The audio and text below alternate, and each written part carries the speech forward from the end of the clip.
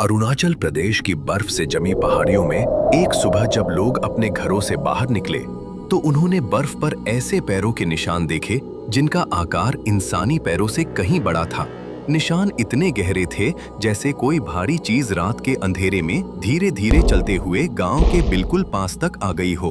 कुछ ही घंटों में पूरे इलाके में डर फैल गया। बूढ़े लोग कांपती आवाज में कहने लगे कि यही वो निशान हैं जिनसे सालों पहले गांव उजड़ गए थे और अब यति फिर लौट आया है।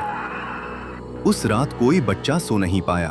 दरवाजों पर ताले लग गए और पहाड़ों की खामोशी पहले से कहीं ज्यादा डरावनी लगने लगी, क्योंकि हवा के साथ किसी के भारी सांस लेने जैसी आवाज भी सुनाई देने लगी थी। लेकिन यह डर नया नहीं था। 1951 में माउंट एवरेस्ट के पास ब्रिटिश पर्वतारोही एरिक शिप्टन ने बर्फ में बिल्कुल ऐसे ही रहस्यमयी पैरों के निशानों की तस्वीरें ली थीं, जिन तस्वीरों ने पूरी दुनिया में खौफ फैला दिया और अखबारों ने इसे एबॉमिनेबल स्नोमैन कहकर एक ऐसे राक्षस की कहानी बना दी जो इंसान से भी लंबा और बेहद खतरनाक बताया गया।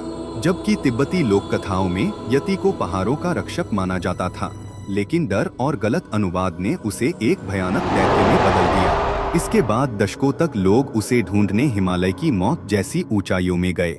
कई लोग बर्फीले तूफानों में गायब हो गए। कुछ के बारे में कहा गया कि उन्होंने अंधेरे में किसी विशाल आकृति को चलते हुए देखा था, लेकिन कोई सबूत कभी पूरा नहीं मिला। सिर्फ टूटे हुए बाल, रहस्यमयी हड्डियां और डरी हुई आंखों से कही गई अधूरी बातें। फिर जब विज्ञान ने इन सबूतों की जांच की तो ज्यादातर नमूने हिमालयी भालुओं के निकले। डीएनए टेस्ट ने भी यही बताया।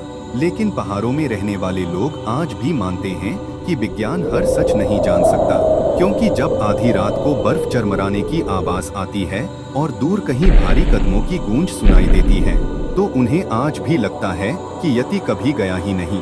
वो अब भी अंधेरे में छुपकर हमें देख रहा है और शायद किसी अगली रात वह फिर से बर्फ पर अपने निशान छोड़ जाएगा।